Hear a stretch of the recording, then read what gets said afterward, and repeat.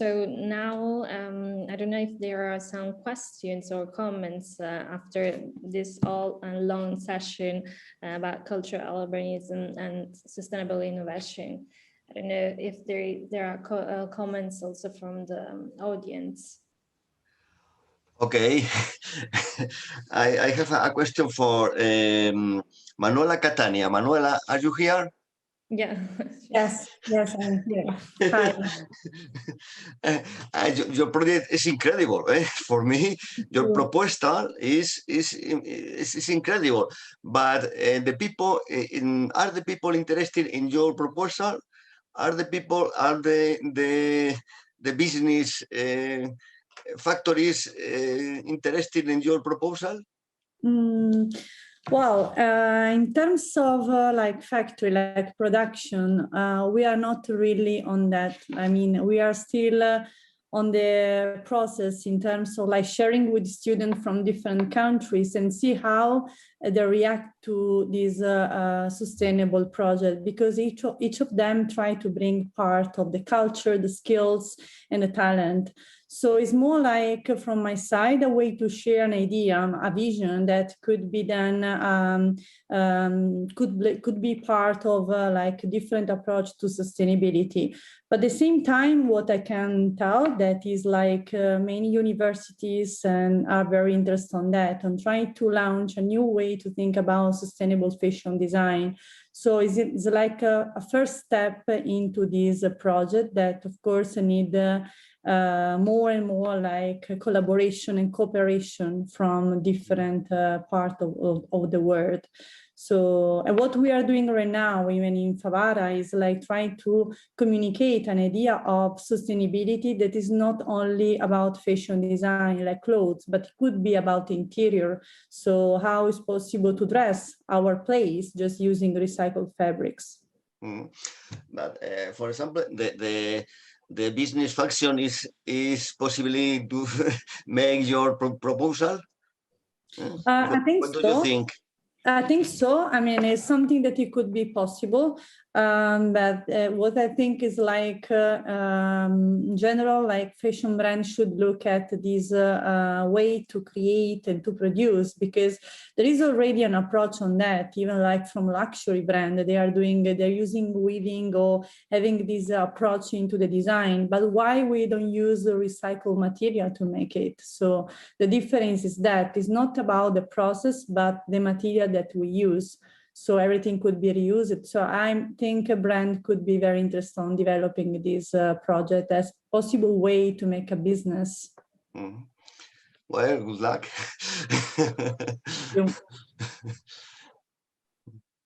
For other questions or comments?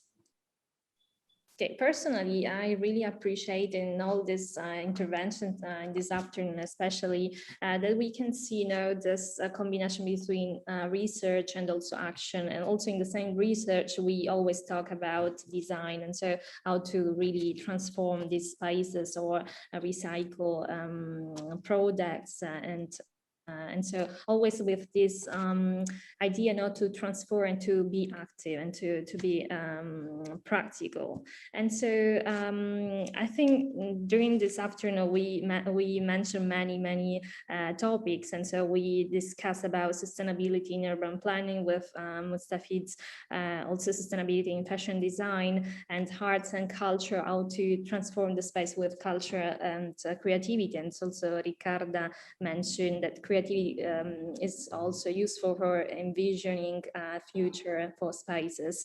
And so in this theoretical background, I see a lot also in the practical experiences of liminal and self-working. And so how to envision now a new future, new works, a new work possibility or new spaces. And so I found very interesting this combination with this connection between this different contributions. And so my question is for everyone, and so it's a bit also provocative. And so how do we imagine the future of these circular territories in Italy, but also in other countries? So we had guests from many parts of the world. So I imagine a circular design, so a circular production also in the territories, in products, and so innovating now.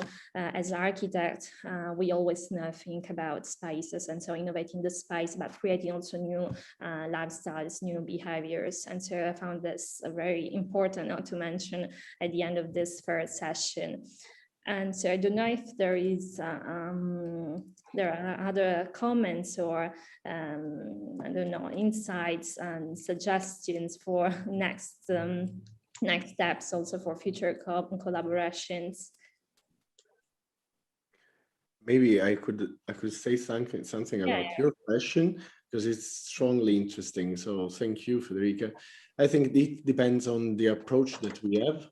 So basically, your architectural social approach is strongly interesting. It's crucial. At the same time, for example, I have a more socio-economical or socio-political approach. So, for example, a circular territory in spaces in circular territory may be open and participated spaces, but even obviously co-design, as you said before. Maybe if it's possible, I would like to do a question to Monica Lopez Franco, if it's possible. I find strongly interesting the analysis she presents.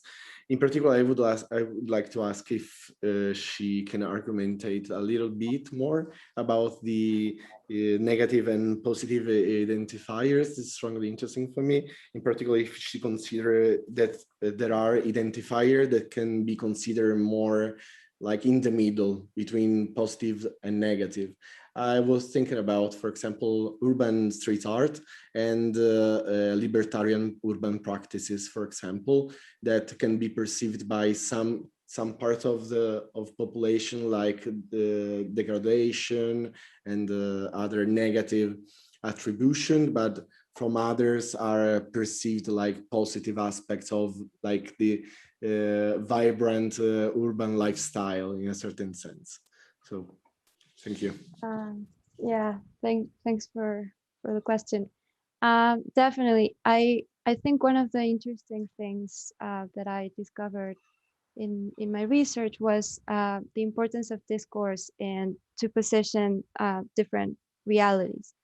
So it was interesting to see how, yes, for some people, there have, for example, been efforts by local authorities to sort of mobilize street art, because, you know, at the international level, street art has emerged as an attractive movement, and a lot of, for instance, in London, you know, there's Shoreditch or Camden with very rich street art sort of sites that have a lot of street art, and they have become very attractive, and these have sort of become sought after in many places. But then I remember I spoke with an officer, and he was saying that, you know, for residents, they didn't really see street art as something positive.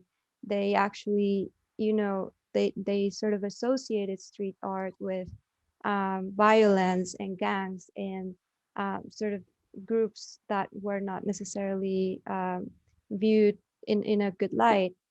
So it's definitely interesting to see the differences in understandings according also to the background of people, but also the intentions of what is being sought. So one of the things that was interesting as well is to see how a concept or a practice like street art can be brought down to a context level, because the understanding of street art at the international level might be, you know, sort of viewed in one way, but then when brought to the street level, to the barrio level, where people live different realities that may not be connected to that international understanding, then it might be viewed in a completely different way. So yeah, those were the sort of differences that were very interesting to see in this course. I hope that answers your question. Absolutely, thank you. Okay, so there is Federica, can I sure. ask one thing? Yeah, of course. Yes, thank you as well to invite such a good seminar, and it is very pleasure to submit some my research and knows other research contribution, some other parts. My question is to the Manuel Catania about his recycle attempts with the fashion design. I just share my experience in my department where I am servicing here. In my department, we as well experiencing some academic project with recycled materials, but not like you. Your focus was mainly in fashion design, making some clothes and dresses, as you explained. But our field is just difference in your compared to your field.